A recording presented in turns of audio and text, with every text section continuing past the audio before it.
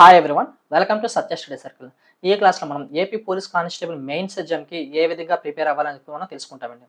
మీరు గుర్తుంచుకోవాల్సిన ఒక విషయం ఏంటంటే మీరు రాసేది mains exam. So maximum marks రావాలండి, ఓకేనా? సో ఈ మ్యాక్సిమం మార్క్స్ రావాలంటే ఏ విధంగా ప్రిపేర్ అవ్వాలని చెప్పి మనం తెలుసుకుంటామండి. అండ్ ఈ మెయిన్స్ ఎగ్జామ్ రాసే ఆస్పిరెంట్స్ని టూ టైప్స్కి మనం సపరేట్ చేద్దామండి. అందులో ఫస్ట్ వన్ ఏంటంటే ఆల్రెడీ కోర్స్ కంప్లీట్ చేసిన వాళ్ళు. సెకండ్ వన్ ఏంటంటే కోర్స్ కంప్లీట్ చేయలేని వాళ్ళు.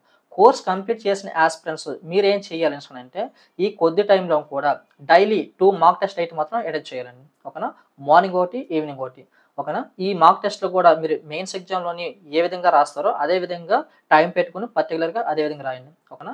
సో ఈ విధంగా మార్నింగ్ ఒకటి, ఈవినింగ్ ఒకటి, ఈ విధంగా 3 గంటలు ఎగ్జామ్ రాసిన తర్వాత అది క్యాలిక్యులేషన్ అయిన తర్వాత వేటిలో నుండి మీకు మార్క్స్ మిస్ అవుతున్నాయో అదే సబ్జెక్టులు మీరు ఇంకొకసారి రివిజన్ అయితే మాత్రం చేసుకున్నాం. ఈ విధంగా మీరు చేయడం వల్ల ఏంటంటే ఈ 20 డేస్‌లో ఇంచుమించు 40 వరకు కూడా మీరు మాక్ టెస్ట్‌లు అటెంప్ట్ చేస్తారు. సో మీ కోర్స్ అంతా కూడా 40 టైమ్స్ అయితే మాత్రం రివిజన్ అవుతుందండి. సో ఈ విధంగా చేయడం వల్ల ఏంటంటే మీకు మెయిన్స్ ఎగ్జామ్ రాసేటప్పుడు మాక్సిమం మార్క్స్ అయితే మాత్రం గెయిన్ చేయడానికి అవకాశం ఉంటుందండి. ఇప్పుడు సెకండ్ కేటగిరీ ఏంటంటే కోర్స్ కంప్లీట్ చేయలేని వాళ్ళండి.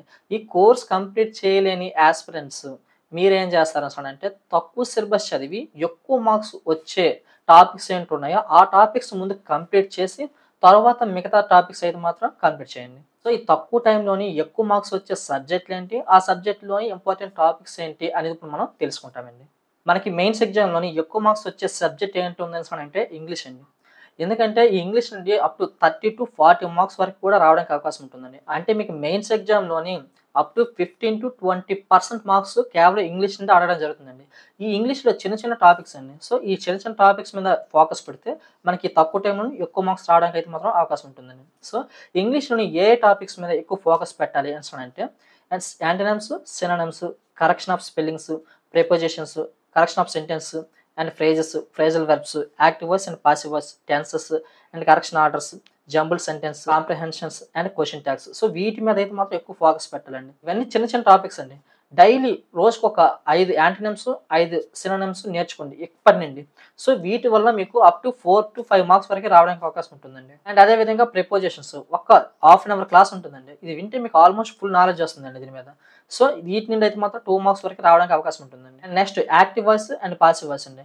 సో ఇది మహా అయితే 1 అవర్ క్లాస్ ఉంటుందండి. ఈ 1 అవర్ క్లాస్ మనం విని నేర్చుకున్నట్లయితే మీకు అప్ టు 2-3 మార్క్స్ వరకు కూడా దీని నుండి రావడానికి అవకాశం ఉంటుందండి. అండ్ అదే విధంగా టెన్సెస్ అండి.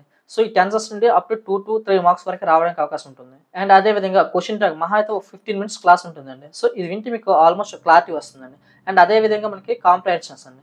సో ఇది మనం బాగా ప్రాక్టీస్ చేసినట్లయితే అప్ టు 5 మార్క్స్ వరకు కూడా దీని నుండి రావడానికి అయితే మాత్రం అవకాశం ఉంటుందండి. సో ఈ చిన్న చిన్న టాపిక్స్ అదే విధంగా ఎక్కువ మార్క్స్ వచ్చే టాపిక్ కూడా ఇదేనండి. సో ఇంగ్లీష్‌ని మనకి అప్ టు 30కి అయితే మాత్రం 20+ మార్క్స్ వచ్చినట్లయితే మీరైతే మాత్రం మాక్సిమం మార్క్స్ గెయిన్ చేయడానికి ఎక్కువ అవకాశం ఉంటుందండి. నెక్స్ట్ మెయిన్స్ ఎగ్జామ్‌లోని ఎక్కువ మార్క్స్ వచ్చే టాపిక్ ఏదుందనంటే అర్థమెటిక్ అండ్ రీజనింగ్ అండి.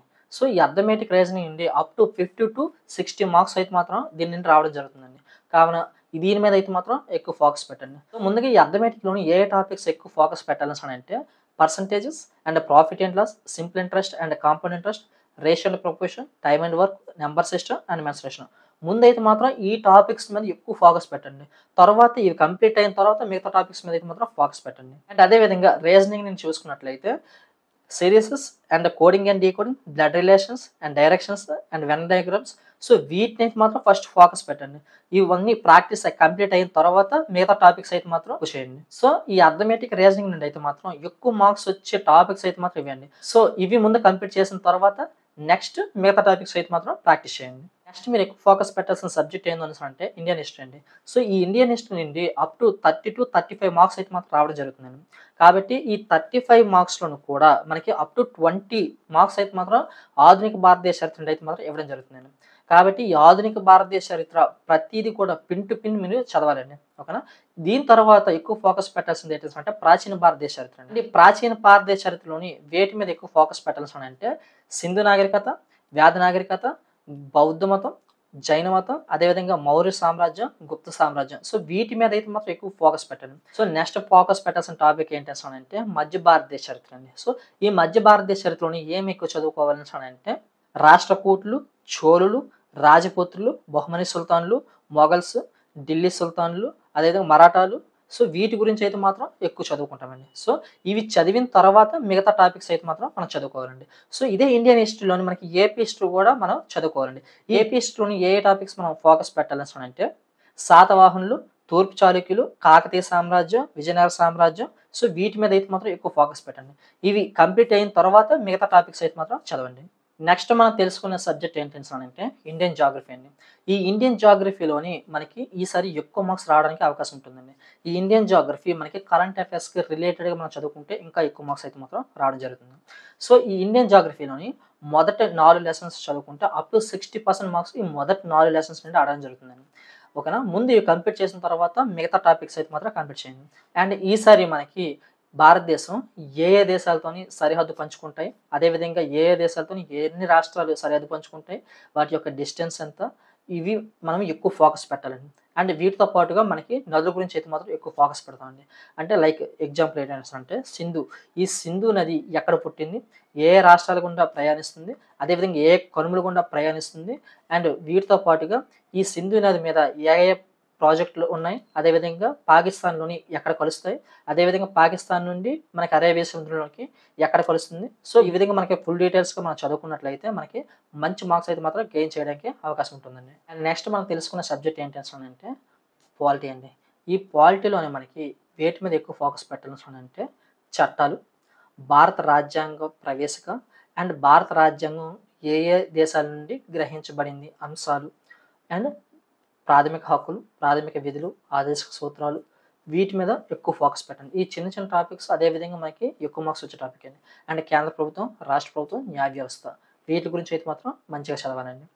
అండ్ వీటితో పాటుగా రాజ్యాంగేతర, రాజ్యాంగబద్ధ సంస్థలేంటి, వివిధ రకాలైన కమిషన్స్ ఏముంటాయి. పాలిటీ అనేది కరెంట్ అఫైర్స్‌కి లింక్ అప్ చేస్తూ మనం చదువుకున్నట్లయితే మనకి ఎక్కువ మార్క్స్ కరెంట్ అఫైర్స్‌కి కన్వర్ట్ చేస్తూ అడుగుతారండి. కాబట్టి ఇవి అయితే మాత్రం ఎక్కువగా ఫోకస్ పెట్టాలి.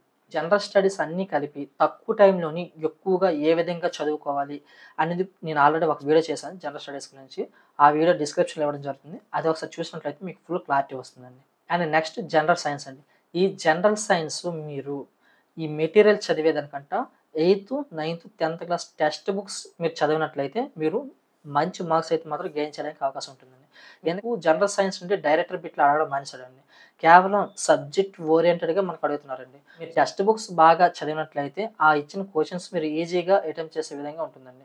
కాబట్టి జనరల్ సైన్స్‌కి అంటే physics, chemistry, biology eighth, ninth, 10థ్ క్లాస్ టెక్స్ట్ బుక్స్ అయితే మాత్రం ఫోకస్ పెట్టండి. లాస్ట్ ఎక్కువ మార్క్స్ వచ్చే టాపిక్ ఏదనేసనంటే కరెంట్ అఫైర్స్ అండి. ఈ కరెంట్ అఫైర్స్ నుండి అప్ టు 30 మార్క్స్ వరకు కూడా అడగడం జరుగుతుందండి. కాబట్టి మీరైతే మాత్రం ఈ కరెంట్ అఫైర్స్ ఎన్ని నెలలు చదవాలి? ఏ టైమ్ చదవాలి? ఇప్పటి వరకు చదవాలి అనేది ఆల్రెడీ ఒక వీడియో చేశాను. కరెంట్ అఫైర్స్ ఏ విధంగా ప్రిపేర్ అవ్వాలనేది. సో, ఆ వీడియో చూసినట్లయితే మీకు కరెంట్ అఫైర్స్ ఏ విధంగా ప్రిపేర్ అవ్వాలని మీకు ఫుల్ క్లారిటీ వస్తుందండి.